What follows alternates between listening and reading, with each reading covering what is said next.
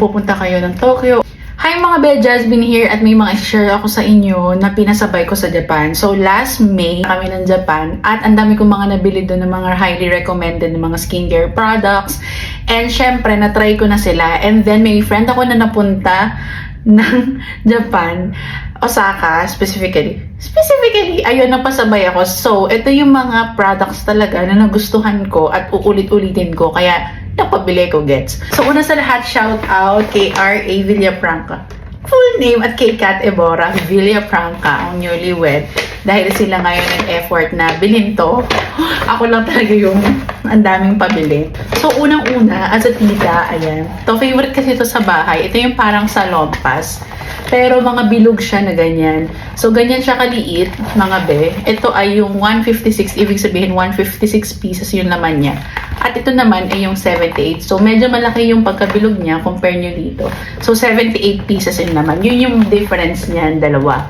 Mong ilagay sa mga masakit na parts of your body. So, next is this na vitamin C serum. So, ganyan ang itsura niyan. Ito yung favorite ko talaga. Kasi kung titingin nyo, medyo pekasin ako. Pero nang gumamit ako nito, medyo nag-lighten siya. So, yan. Recommended ko to. Roto at ang pangalan nito. So, wala lang kasi siyang English dito. So, tandaan nyo na lang ganyan yung itsura niya.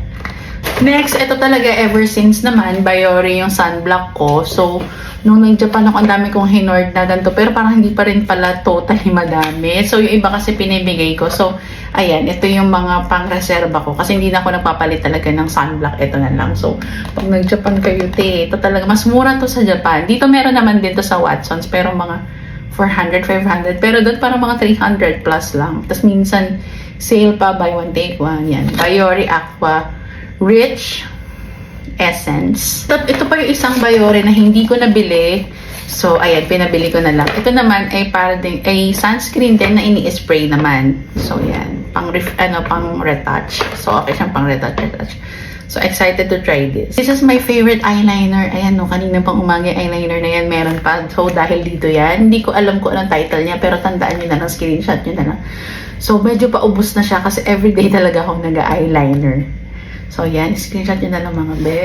So, tatry ko rin pala maghanap kung meron dito sa TikTok ng mga mga nagbebenta ng ganito. So, this is my favorite naman na baking soda face foam. So, pinabili lang to sa akin. Tapos, hindi na kami nag-meet ni Ronron. Shout out Ronron. So, ginamit ko na lang. And sobrang okay niya. And this is a refill. Okay siya sa pag malalaki yung pores mo. Nakaka-lessen siya ng pores. So, and finally, my favorite talaga, yung Fino Premium Touch Hair Mask. Ko mga 600 something to. Pag dito, mga 800 nga yung something. I-correct nyo na lang ako.